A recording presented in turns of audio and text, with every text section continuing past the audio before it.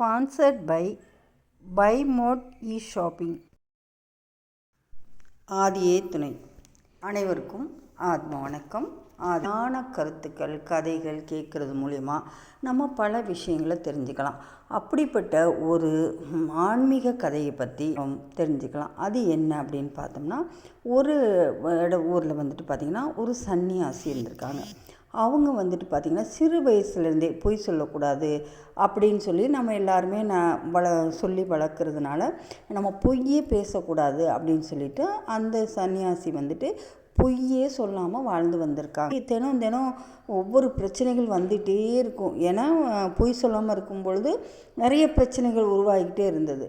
அப்போ இப்போ இதில் இங்கே ஊருக்குள்ளே இருக்கிறது ரொம்ப கஷ்டமாக இருக்குது. ஏன்னா பொய் பேசாமல் நம்ம இருக்கிறதுனால நிறைய பிரச்சனைகள் உருவாகுது அப்படின்னு சொல்லிட்டு நம்ம பேசாமல் நம்ம காட்டுக்குள்ளே போயிடலாம் அப்படின்னு சொல்லிட்டு அவங்க ஒரு காட்டுக்குள்ளே போய் ஒரு குடில் அமைச்சு அங்கே போய் இருக்கிறாங்க.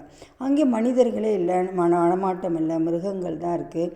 அப்படிங்கிறதுனால நம்ம பொய் பேச வேண்டிய அவசியம் இருக்காது அப்படின்னு சொல்லிட்டு அங்கே போய் அமைதியாக உட்காந்து அவங்க வாட்டுக்கு தியான தவம் அப்படி இருக்கும் பொழுது ஒரு நாள் பார்த்திங்க அப்படின்னா சாயங்கால நேரத்தில் அது வெளியே பார்த்திங்கன்னா ஒரு 2-3 பெண்கள் நடந்து வந்திருக்காங்க. அதை பார்த்த இந்த கள்வர்கள் அவங்க என்ன பண்ணியிருக்காங்க, இந்த பெண்களை துரத்திக்கிட்டு வந்திருக்காங்க. வந்ததுடனே அவங்களுக்கு அந்த திருடர்களுக்கு பயந்துட்டு அவங்க என்ன பண்ணியிருக்காங்க, இங்கே ஒரு குடில் இருக்கே அங்கே போய்க்கலாம் அப்படின்னு சொல்லிட்டு இங்கே வந்தால் அவங்க இந்த சன்னியாசி அந்த குடிலோட வாசல் படியில் உட்காந்துட்டு இருந்திருக்காங்க. அதனால் அவங்க பின்னாடி போய் அந்த குடிலுக்கு பின்னாடி போய் மறைஞ்சு உட்காந்துக்கிட்டாங்க.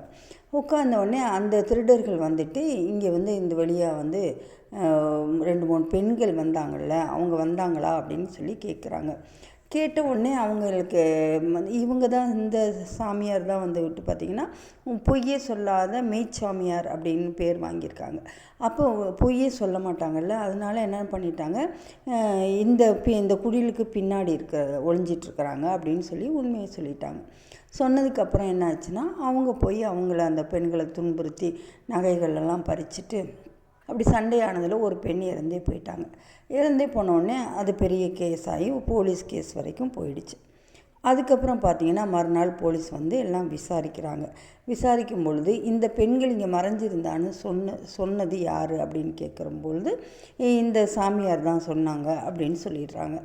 அப்போ அந்த போலீஸுக்காரங்க இந்த சாமியாரை கைது பண்ணி கூட்டிகிட்டு போகிறாங்க.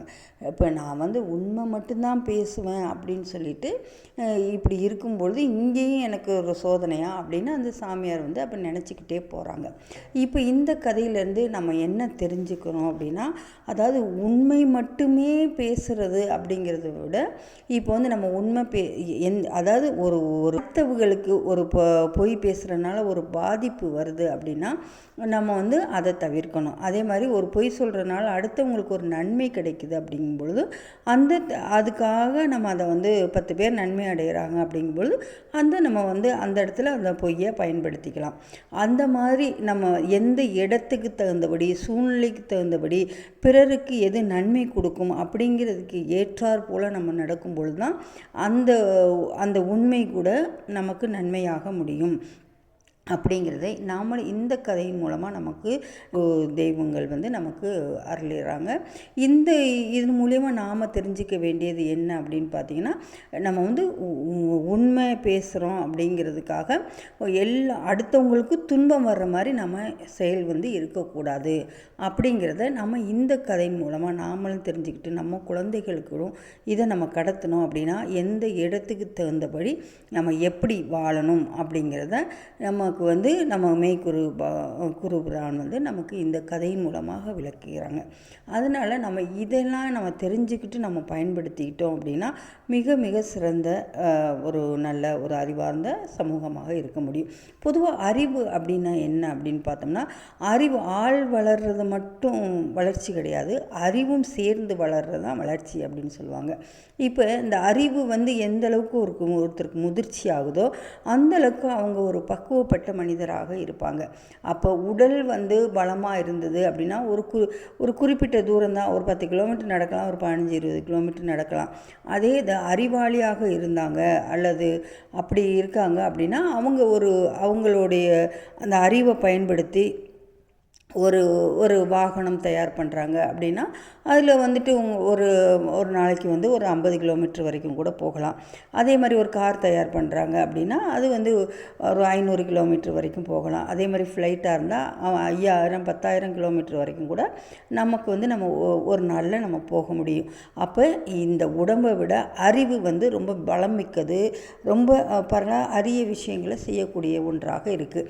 அப்போ இறை தத்துவமே அறிவின் சொரூபமாக ஞான சுடராகத்தான் பிரதிபலிக்குது. அப்படிங்கிற இந்த உண்மையை நாம் இதை புரிஞ்சுக்கிட்டு நாம் வளர்ந்தோம் அப்படின்னா உடல்ச்சி அதை தாண்டி நமக்கு அறிவு வளரணும், ஞானம் வளரணும். அப்படிங்கிறது தான் உண்மையான இறை தத்துவம். அப்படிங்கிறது நமக்கு வந்து நம்ம தெய்வம் நமக்கு இந்த மாதிரி கதையின் மூலமாகவும் சரி பல விஷயங்கள் மூலயமா நமக்கு அறிவுறுத்தியிருக்காங்க. இதை நம்ம ஃபாலோ பண்ணோம் அப்படின்னா, நம்ம ஃபாலோ பண்ணிவிட்டு நம்ம குழந்தைகளுக்கும் நம்ம கடத்தணும் அப்படின்னா சிறந்த ஒரு அறிவார்ந்த ஒரு சமூகம் உருவாகும். அது மட்டுமல்ல, நம்மளுடைய தலையாய கடமை என்ன அப்படின்னா இறைவனை துதிப்பது, இறைவனை நினைப்பது. இறைவன் நம்மளை படைச்சிருக்காங்க. இப்போ நமக்கு ஒரு அம்மா அப்பா நம்ம உறவினர்கள் எல்லாருமே ஒரு குறிப்பிட்ட காலம் மட்டுமே நம்ம கூட பயணித்து வருவாங்க. ஆனால் ஆதி இறைவன் இந்த உலகத்தை இந்த அண்ட சராசரங்களையும் படைத்த ஆதி இறைவன் வந்துட்டு அவங்க தான் நமக்கு ஆதியிலேருந்து இறுதி வரை நம்ம கூட வரக்கூடியவங்க யார் அப்படின்னா இந்த ஆதி இறைவன் தான். அப்படிங்கிறப்போ நம்ம அந்த ஆதி இறைவனை ஒவ்வொரு நாளும் நம்ம வழிபடணும். அப்போ தான் நமக்கு அறிவு, ஞானம், அதே மாதிரி தெளிவு எல்லாமே ஏற்படும். அப்படிங்கிறத நாம் இந்த கதையின் மூலமாக புரிந்து நடந்தோம் அப்படின்னா சிறந்ததொரு வாழ்க்கை வாழ முடியும். நன்றி. குருவே சரணம். This video sponsored by BuyMode eShopping.